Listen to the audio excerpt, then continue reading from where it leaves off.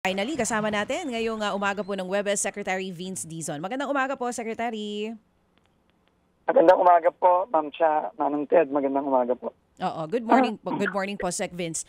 Sec Vince, ang uunahin ko po muna yung tungkol po dito sa referral na ginawa niyo po last Friday dito po kay dating Speaker Martin Romualdez. Kasama niyo po dito ang ICI. Madami po kasing nakapansin na parang ibang-iba yung wording ng referral para kay dating Speaker Martin Romualdez. Wala kasing binanggit po na possible violation or charges. Pero ang sabi nung ilan, dun daw po sa previous referrals ng ICI, malinaw yung ikakaso dun sa ibang mga tao na involved dito po sa flood control projects. Ano pong tugon dito, Sec Vince? Apo, una po, no, nung Friday, magkasama po kami ng ICI at nag-refer ng mga ebidensya at mga iba't ibang dokumento at nag-recommenda po ng possible charges. Siguro po, kaya po medyo nalilito po kayo. Ang ICI po kasi ay nag-refer nung kanilang mga dokumento base sa pagpunta po at pagsagot ni dating Speaker Martin Romualdez nung siya'y inimbita sa ICI nitong mga nakaraang linggo. No, yun po ang naging basehan ng kanilang pinadalang mga dokumento. Yung pong DPWH, meron pong ibang mga dokumento na pinadala kasama po ang iba't ibang mga kontrata ng mga kumpanya na link kay former Congressman Zaldico from 2016 to 2025 at nagsama din po kami nung mga testimonya sa Blue Ribbon committee hearings ng iba't ibang mga personalidad. Kasama na po dyan si Sergeant Gutesa. No, at dahil dun po sa mga ipinasa namin sa Ombudsman, kami po ay nagrekomenda ng 4 na potential na kaso. Kasama na po dyan ang plunder, ang violations of the anti-graft law, at ang direct bribery. So siguro po dun po medyo nalito po, no, dahil ang pinadala lang po ng ICI sa Ombudsman ay yung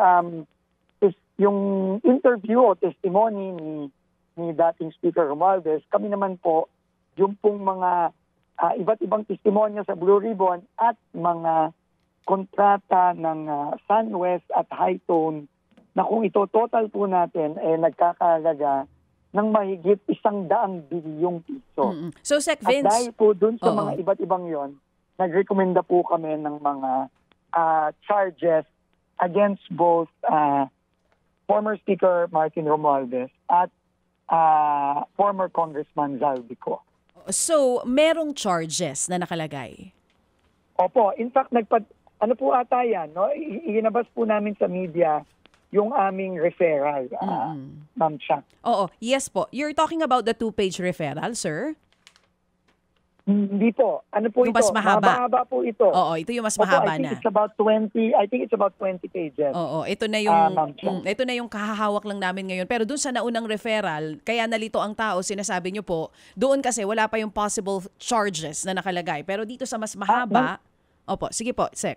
Yeah. I think po doon sa ICI na pagpasa ng dokumento, wala pong recommended charges doon. Pero pinagsama po yung dalawang yan, no? Yung ICI sending of the documents and referral of documents and yung pong DPWH referral. Okay. Dapat po may kopya din po ang media niya. Opo. So, ibig sabihin, yung mga nauna nyo pong referral dun sa mga sangkot dito sa flood control, same po ang naging treatment dito kay dating House Speaker Martin Romualdez. Hindi po nagkaroon ng special treatment kasi yun ang naging assumption ng ilan nung nabasa po namin yung referral. Definitely hindi po.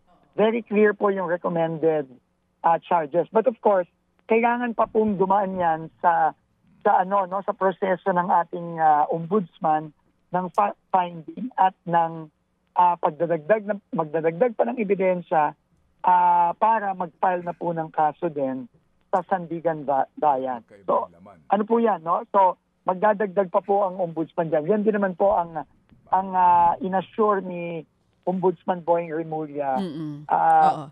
Even kahapon, no, nung Opo. may bago kaming refer din na iba namang mga potential charges laban sa 8 congressman. Oo. Dito nga po sa kahapon, yung binabasa ko kasi doon may possible charges na. So para lang malinaw, anong charges po yung inire-recommend ng DPWH at ICI for former House Speaker Martin Romualdez? Number 1 po ay plunder. Kasi meron nakita po natin na yung paglobo po ng mga kontrata lalo na ni former Congressman Zaldico sa DPWH nung siya ay naging Committee on Appropriations chairman na handpicked naman po siya ng former speaker at ng Kongreso. Ikalawa, violations of the Anti-Graft Corrupt Practices Act.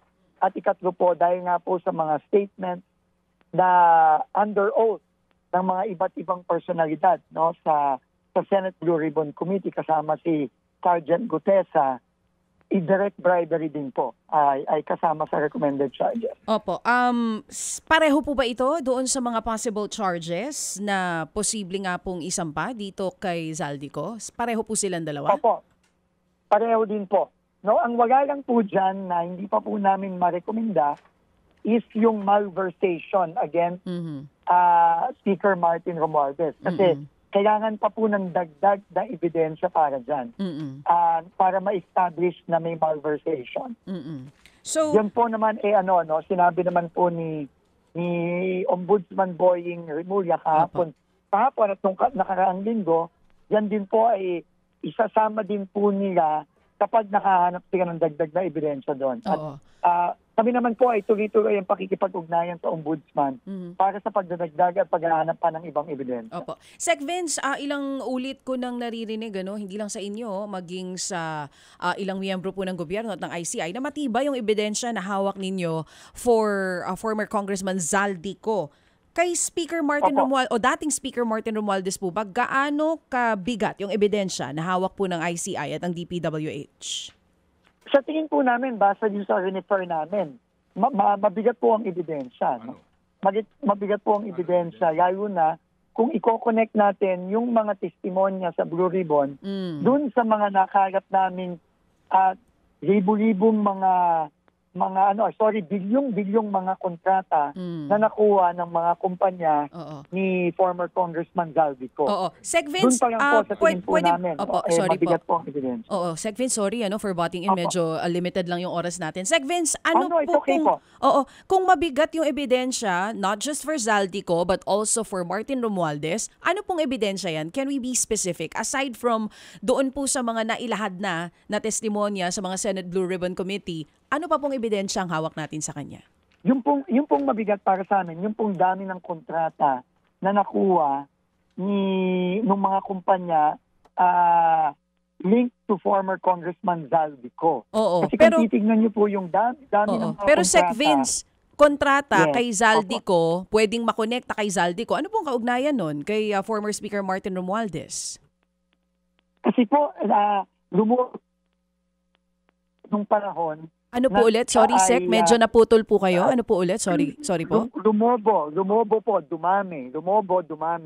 Ang mga kontrata ni former Congressman Zaldico, yung sa mga kumpanya ni former Congressman Zaldico, nung kapanahunan na siya ay naging appropriations chairman. In fact, dun po sa aming pagbibilang, halos nag-times 3 po ito. Sec Vince, sorry po sisingit na po, obligado na po ako sumingit din habang hindi pa tapos si Chacha. Sorry Sec Vince kasi napakasimple po ng tanong ni Chacha at para po hindi maguluhan na nakikinig sa atin, pwede ho naman natin sabihin diretsahan ang tamang sagot kung meron po kayong tamang sagot. Ang tanong nga dito, ano ang kaugnayan ng isang Martin Romualdez sa panahon ng speaker siya na lumobo ang kontrata ng mga kumpanya ni Zaldi? Ano naman ang kaugnayan ni Martin Romualdez kung sakali man po na ibinoto si Zaldico ng Kamara bilang House Committee on Appropriations Chairman? Nasaan ang anomalya doon? Unang-una po, Appropriations Chairman, si former Congressman Zaldico, kung wala pong bindisyon ng Speaker of the House. Alam naman po natin lahat yun. No? So, yung pong link na yon ang ini-establish ng aming referral. At doon din po sa mga testimonya ng iba't ibang personalidad sa Blue Ribbon, pinapakita din po yung deliveries, alleged deliveries ng mga pera both kay former Congressman Zaldico, papunta din po kay former Speaker Martin Romualdez. In fact, meron pong minention doon na iba't ibang mga bahay. Nandun din po sa referral namin yon. Sa Forbes Park, meron din pong minention na bahay sa Aguado. So, yan po, lahat po yan, sinama po namin doon sa aming referral sa ombudsman. At sabi naman po ng ombudsman, siya po ay magdadagdag pa ng ebidensya para po maka-establish ng mas mabigat na kaso pagka magpapile na po siya sa Sandigan Bayan. Opo. Sec Vince, again, ang sinasabi po ninyo ay posibilidad, ay assumption, no? Na nakinabang si Martin, hindi sa ipinagtatanggol namin si Martin, kung hindi po lamang mailatag lang natin to, sa katotohanan, may ebidensya ba talaga? Sapat ba ito? Malinaw ba ito? Ito ba ay substantial or maaring circumstantial or hearsay? So, ito nga po ang tanong. Halimbawa, kaninyo, sa Forbes Park, ito hubang mga bahay na ito na binabanggit? Halimbawa, ito bang Tamarind Street na number 30 at yung ba number 41 Nara Street sa South Forbes Park? Ito hubang mga bahay na ito natukoy ba ng ICI kung kanino nakapangalan ito para talaga natin ma-establish na may kaugnayan itong si Martin dito po sa kilos at pangungontrata at pangungulimbat ni Zaldico, mga ganun pong bagay, Secretary? Opo, tama po. Kaya nga po, itong mga ebidensya na ito, both yung pinasa ng ICI at ng DPWH, ay refer na po natin sa ombudsman. Para po ang ombudsman na may mas maraming kapangyarihan po na ma-establish ang iba't iba pang mga facts, no, dito sa mga kasong ito, makakalap po niya. So, yun naman po ang kinumit. At may tiwala naman po tayo sa ombudsman na madadagdagan pa po, kagaya ng mga katanungan ninyo, itong mga ebidensyang isumiti na namin sa ombudsman ng Biyernes. So yan po ang gagawin ng ombudsman ngayon. Magdadagdag pa po siya via fact-finding at tama po yung mga katanungan ninyo. Pero ito po, wala po kasing kapangyarihan ng DPWH para ma-establish po kung ang isang tao ay may pag-aari ng isang bahay or iba pang mga facts. No? Kaya po ito ay kinumit naman po ng ombudsman at may tiwala tayo sa gagawin niya. Kasi po, ang sinasabi po ng iba na ang pwede nating maimbestigahan ng malaliman ay yung mga proyekto under SunWest and other companies related to Zaldico sa mismong distrito ng kongresista. Meron na ba kayong investigasyon na ginawa doon sa mga proyekto ng SunWest dito po sa Leyte? Yung daw sana po ang pwede ho talagang makonek kasi nga yung bidding na nangyari dito at yung quality of work nitong kumpanya ni Zaldico, sir. Opo. Unang-una po, kasama po doon sa refer natin na mga kontrata, yung mga proyekto ng SunWest sa Leyte, specifically sa distrito po mismo ni former Speaker Martin Romualdez. Nandyan din po yan sa ating mga dokumentong isimite sa Office of the Ombudsman nung Biyernes. Ikalawa po, ang ICI din po, led by yung kanilang special advisor, si General Asurin, ay pumunta na rin po at umiikot na rin po sa iba't ibang mga proyekto ni ng mga kumpanya na link kay former Congressman Zaldico. Kasama na rin po yung mga proyekto sa Leyte. So, yan din po, pagka po nakuha yan at nakuha na po ng report ng ICI at ng DPWH, ng AFP, ng PNP, yan din po ay susumiti lahat sa Office of the Ombudsman. Ongoing pa po ito, Sir Ted. No, tuloy-tuloy lang po tayo. Yung pong mga sinabmit natin ay mga initial pa lang po yun. Pero importante po na ma-refer na kasi nga po napakadami na rin po ng mga dokumento at importanteng ma-refer na natin agad sa ombudsman Opo. para po makasimula na rin ng ombudsman ng kanyang trabaho. Okay. So, sir, yun ho bang mga binabanggit nyo na kontrata na napanalunan po no, nito pong SunWest, no? At ilang pang kumpanya na konektado kay Saldico in Leyte, yun bang bidding nito? Kasi dito po, meron ako nahawak nga dito, listahan lang ng proyekto tsaka yung amount. Yung bidding process po na dinaanan po nito, no? Meron ho ba kayong findings na niluto ito? May ganun po ba?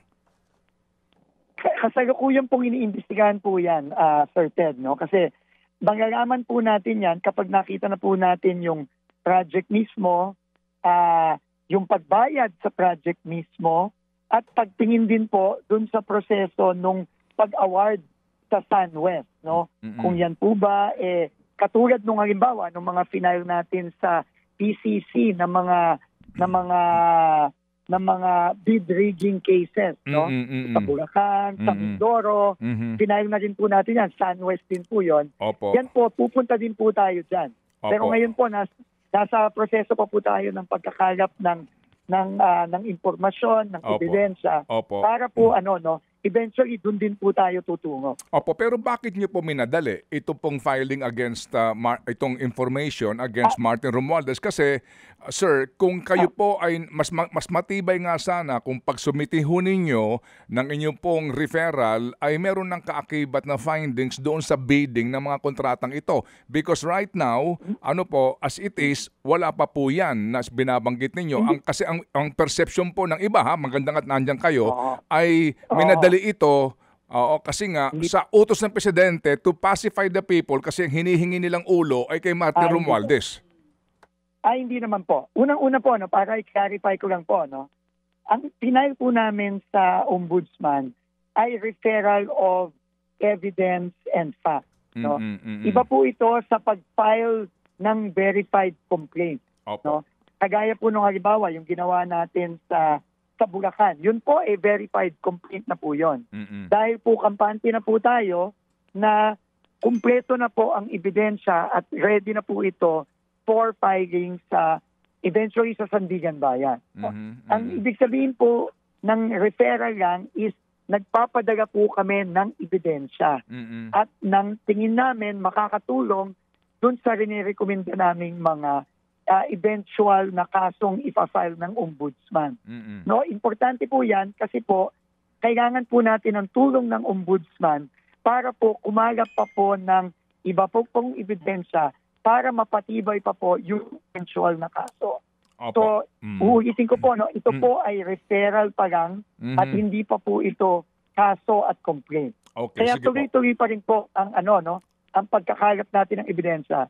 Pero importante po na mapasa na po natin sa ombudsman para po sila mismo makakuha na using yung powers na nila na wala kami, wala ang ICI, para po mapatibay na po ang eventual na kaso. Okay. So yun po ang rason doon. Sige po. Okay, Chia. Go ahead. Oo. Yes, Sec Vince, basahin ko na, hindi ko na babasahin, pero alam naman natin ang komento ng ilang tao. Meron na mga mugshots ngayon dito sa mga may kaugnayan sa flood control projects. Pero ang public perception pa rin, bakit parang puro maliliit na isda yata yung nauuna? Oo, nakakasuhan at baka posibleng mahuli. Makakakita po ba kami ng mga mugshot ng mga proponents?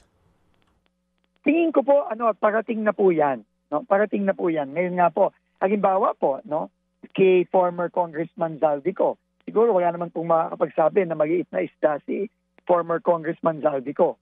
Ang ating problema lang nasa abroad po siya. No?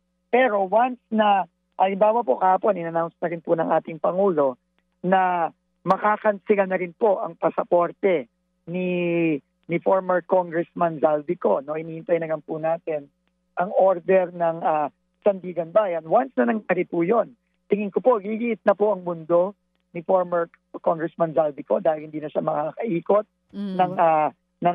freely na makakaikot. Oo, yes po, Sec Vince.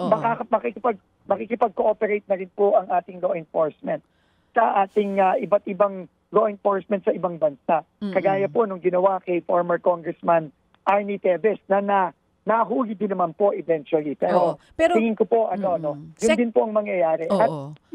Sec Vince, Hindi ba pwede nating unahin yung mga nandito muna? Bakit po si Zaldi? Nahirapan nga po tayong hanapin siya. Oo. Nag-refer na po tayo doon, no, kahapon, no. Meron na po tayong refer kahapon kasama ang ICI against recommending 4 cases against 8 congressmen, no, na mga congressmen na merong allegedly pagmimiyari ng mga construction company na may mga libu-libong kontrata sa daan-daang kontrata sa DPWH, no? Paano meron din Oo, paano kaya natin sila talaga mapapanagot kung ang lagi lang din naman nilang gagamitin nag-divest na at kung ano-ano pa? Yung po bang yes po. Meron po kaming mga SEC documents.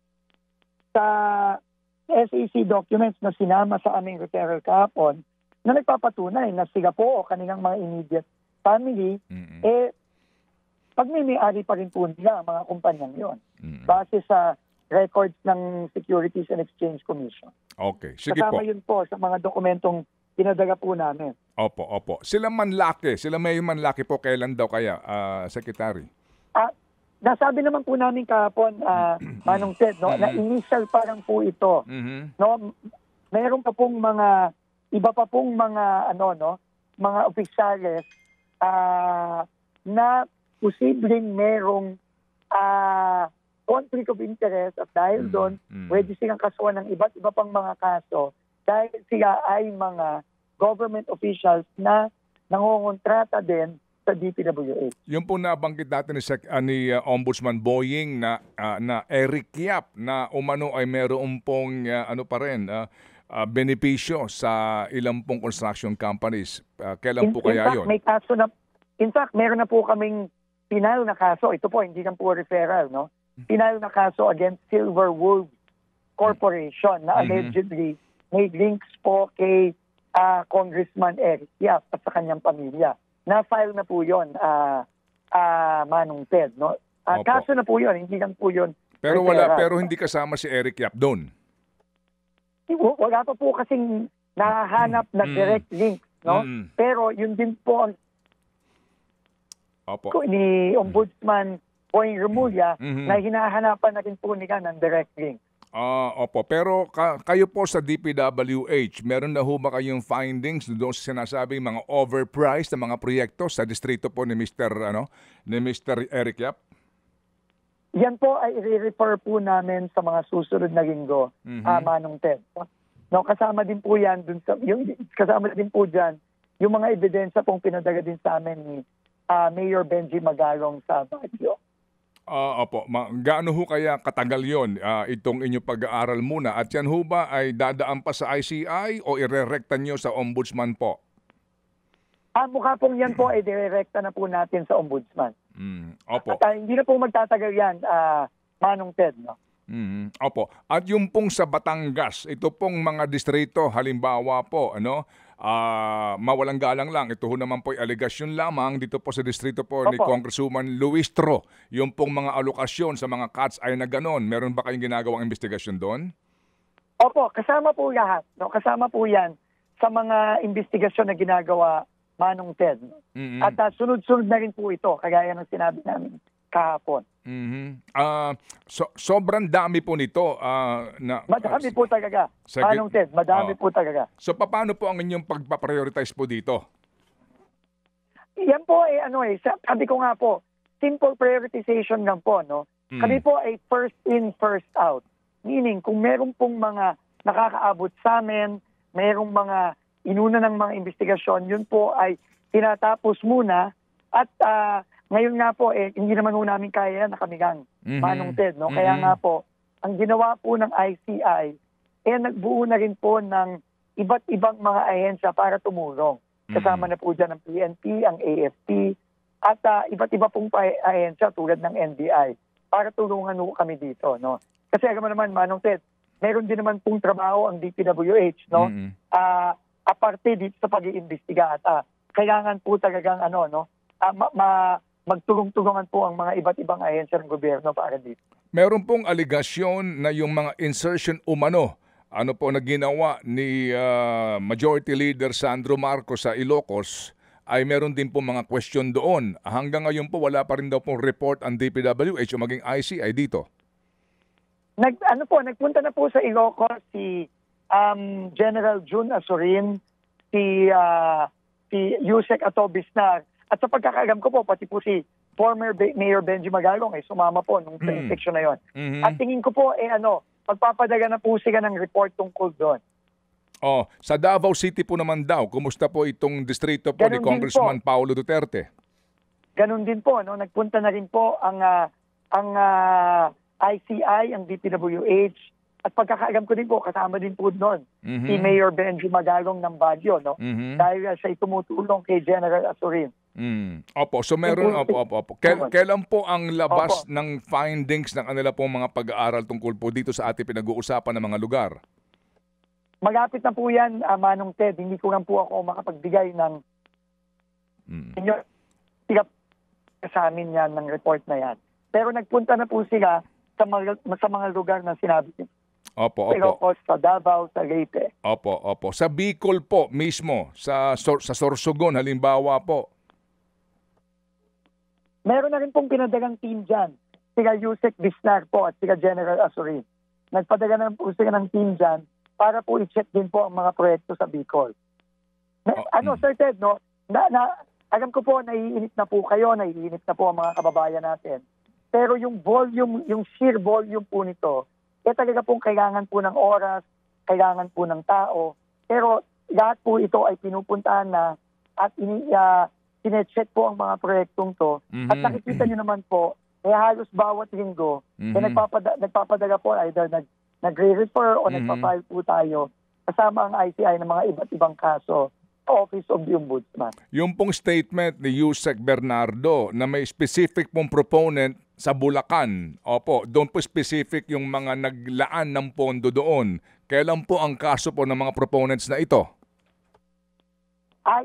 Hindi ako familiar dun sa specific proponent po na sinabi ni former Undersecretary Bernardo. Pero kung ito po nasama na sa either sa affidavit niya o sa kanyang mga testimonya sa Blue Ribbon, kasama din po ito sa mga iniimbestigahan. Both ng ICI at tumutulong din po dyan ng DPWH. Sec, matagal na po ito. Pati nga dito po sa sa interim report na recommendation ng ICI, pati ho yung kanyang affidavit nung una at saka yung kanyang supplemental, binanggit na po doon, di ba, kung magkanong halaga ang inilaan sa Bulacan. I'm sure alam po niyo yan sa DPWH budget at sino po ang naglaan ng pondong yun, di po ba? Di ba, yung naglaan nun, yun ang proponent. At yun po sinasabi sa testimonya ni Alcantara, ni Bryce at maging ni Bernardo. Lahat po ng lumabas sa Blue Ribbon, lahat po ng lumabas sa ICI investigation, lahat po yan iniimbestigahan na po, Manong Ted. Lahat po yan ang iniimbestigahan ng ICI, lahat po yan iniimbestigahan na rin po ng Ombudsman. Hinihintay na lang po natin eventually ang pagpapile ng mga kaso ng Ombudsman sa Sandigan Bayan. Ito pong si Garjola, kasama ngayon po sa pinakakasuhan. Gaano kalalim ang inyong investigasyon dito? May sinasabi, nakasosyo ito na mataas pa rin na opisyal ng gobyerno ngayon. Lahat po yan iniimbestigahan natin, Manong Ted. In fact, kung makikita nyo po yung mga dokumentong pinasa namin sa Ombudsman kahapon, napaka-voluminous po nito. No? At detalyado po sa lahat ng mga kontrata ng mga kongresista na merong mga construction company na may kontrata sa DPWH. No, malalim po ito. No? At ito po lahat ay pakikipagtulungan po tayo sa Ombudsman para talaga matumbok po natin ang lahat ng kailangan nating ebidensya para po makasuhan ang mga kongresistang ito. Yung pong walang kongresista na kasama si former Congressman Zaldico, si Congressman Garjola, iba pa. Opo. May tanong po sa pahabol si Chacha. Yes po. Sec Vince, Opo, kami thank you naman, po. yes po, nagpapasalamat naman kami sa sipag ninyo, pero at least kayo po Opo. ay aminado na talagang dismayado at talagang inip na ang tao na merong mapapanagot sa issue Lahat ito. po tayo init na init. Yes, pero Sec Vince, even kasi ang DOJ nagsasabi na as of now, wala pang proponent na kasama sa makakasuhan. Di ba? Ang dami na pong papeles, ang dami na ring mga testimonya na unang nailahad. Pero hanggang ngayon, wala pa kami nakikita dun sa mga naunang testimonya ng mga proponents na posibleng makakasuhan dito. Yun po bang dinanas nitong mga mid-officials ng DPWH sa Mimaropa? Ganon din po bang dadanasin itong mga proponents sa sinasabi ninyo ay malapit ng makasuhan? Ang tingin ko po, ganun nga po ang mangyayari. Dahil, kasi po, pag sinasabi nating proponent, hindi ba po, ang tinutumbok dyan ay mga legislator. Mm-mm. At marami na pong mga final na kaso at refer against mga legislator. Kasama na rin po yung ating mga refer nitong nakaraang 2 linggo. Nakasama si former Speaker Martin Romualdez, again si former Congressman Zaldico, nakasama na rin po sa mga palong kongresista na refer na rin po natin na 5 po ang potential charges, no, na ating rekomenda: plunder, anti-graft, bribery, conflict of interest at iba pa pong mga charges. So yun po, tingin ko po, yung proponent po na sinasabi nila, kasama po yung mga kongresistang yon sa tinutukoy. Opo. Okay, sige. So, well, anyway, wala ho naman din po nung magagawa ang bayan kung hindi po maghintay sa development, and eventually nga po yung binabanggit po ninyo na meron na hong mga proponents mismo na makakasuhan, at yun, ito ho ba, who will decide kung ilalabas ang mugshot niya o hindi? Sino ho? Sorry po, paulit po. Yung mugshot ng mga to, ilalabas ho ba yan? Gaya po nitong mga nasa DPWH sa mga... Siyempre po. Siyempre po, Okay. sabi po ng Pangulo, wala pong special treatment dito. Wala pong special treatment dito. Pag sila po ay nakasuhan na sa mga korte natin at ma-issue ang kanilang mga warrants of arrest, kung ano po ang nakita nating treatment dito sa mga unang nakasuhan at unang naaresto, yun po ang makikita nating treatment sa lahat. Opo, sige. Okay. Ito lang po pahabol. Yung pong tulay dyan sa Bontoc, Southern Leyte, napanood niyo ho ba yung mga teachers doon na lumalangoy sa gitna po ng kasagsagan ng bagyo? Sabi ho nila... Nakita ko po. Ano ho ang inyong balak sa tulay na ito? Nakita ko po, Manong Ted. Salamat po nung pinadaga ninyo, ang staff ninyo, na talaga pong hindi po unacceptable po yung ganyan. Kaya po, inutusan na po natin yung ating mga tao sa Region 8 at sa Leyte para ipagawa po immediately yung tulay na yon. Sige po. So, ASAP po ito. Immediate po yan. At magpapadala po kami ng report sa inyo. Okay. No, kagaya po nung mabilis na paggawa natin sa mga tulay din pong nasira sa Cagayan at iba pong lugar. Yun din po ang gagawin natin dito. Opo. Nakakaawa po yung mga kababayan natin. May pahabol pong tanong dito. Si Congressman Momo daw po, bakit daw po hindi nasama umano dito po sa mga umano'y contractors? Again po, no, initial pa lang po yun. Sinabi din po yun naman ni ICI Chairman Andy Reyes. Kaya hintayin lang ho natin, no. Okay. Kami po ay tuloy-tuloy naman po sa aming pagtatrabaho at sa pagkakalap ng mga ebidensya. Opo, sorry po kasi marami ditong mga nanonood sa atin. Naiintindihan po natin, Manong Ted. Wag po. Kagaya naman po ng mga kababayan natin. Lahat po tayo ay naiinit dahil po sa galit nating lahat. Pero sabi nga po ni Ombudsman Boying kahapon, meron po tayong proseso at konting pasensya kung kailangan talaga natin. Pero kailangan pinapaspasan natin lahat. Opo. Sige po, sa panghuli, gagabag sa mga proseso sa batas natin. Opo, sa panghuli po, no, ang claim po ng ICI, pati kayo, ay independent sila, no? At yan po ang claim nga nila. Ngayon, may mga nagtatanong lang po, bakit ba daw ho, sa 2 pagkakataon na mag-aanunsyo muna ng presidente, tungkol dito sa mga kila Romualdez, kila Ko, etc. And then afterwards, automatic po filing ng ICI o referral ng ICI sa ombudsman para bagang may kumpas ng presidente sa galaw ng ICI at ninyo. Hindi naman, tingin ko naman, hindi naman po kumpas ang ibig sabihin nun, no? Halimbawa po, itong mga referral natin sa nitong nakaraang linggo na inanunsyo po ng presidente, yan po kasi ay joint referral ng ICI at ng DPWH. And ang DPWH po ay parte ng ehekutibo. At siyempre po, dapat po malaman ng ating Chief Executive ang gagawin ng DPWH. No, kaya po kaya po nalalaman, siyempre kaya po malaman ng presidente yan at gusto lang po malaman na mapaalam ng presidente sa ating mga kababayan na ito po ay ginagawa na trabaho. And hindi lang ng ICI at ng pero kasama din yung kanyang mga departamento sa ehekutibo. Okay, sige po. Salamat po sa paliwanag. Sige, Cha, ano? Last na lang po. Sec Vince, may mga umuugong na balita na posibleng ibalik daw kayo sa DOTR? Kung ako po tatanungin, welcome po yan, no? Pero wala pong katotohanan yan. Wala pong katotohanan yan. O at least po maklaro ninyo kasi ilang linggo na ako nakakabasa ng mga ganyan. Wala pong ganon. Pero I must admit, Manong Ted, namimiss ko po ang DOTR. Okay, ito po. Yung pong sinabi pala ninyo na naka-freeze na o meron ng rekomendasyon sa freeze order sa air assets ng Missivis Aviation, wala pa daw po hanggang ngayon. Ay, hindi po.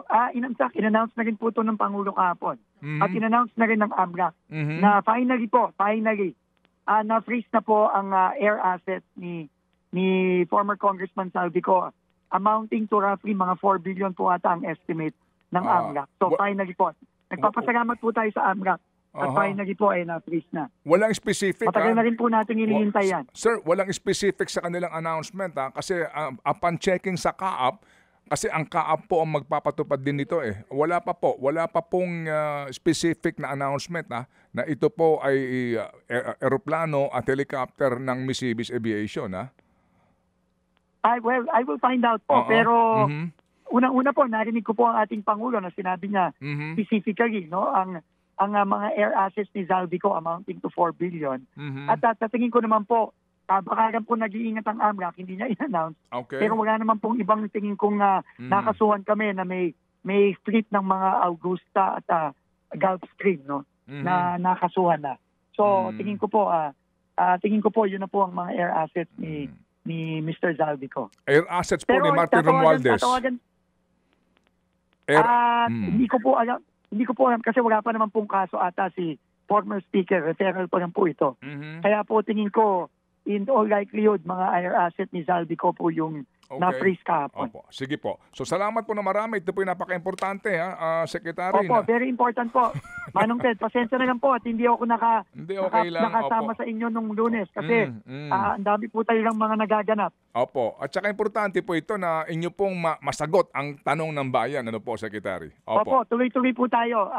Manong Ted, at tuloy-tuloy din po tayo sa sagot sa mga clarification ng mga kababayan natin. Opo, salamat na marami po. Thank you. Salamat na marami.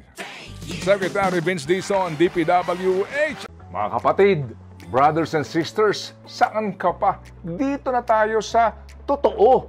Dito na tayo sa True FM. Mga kapatid, mag-subscribe and follow po kayo sa social media accounts ng True Network PH. Yan po kami. Hanapin nyo lang True Network PH, Facebook, Instagram, YouTube, TikTok, and podcast. Mapa Apple or Spotify man yan, mahahanap nyo kami. Lahat ng mga napapanood at napapakinggan nyo po sa programa, nasa social media accounts namin yan. So, paano mga kapatid? See you sa social media!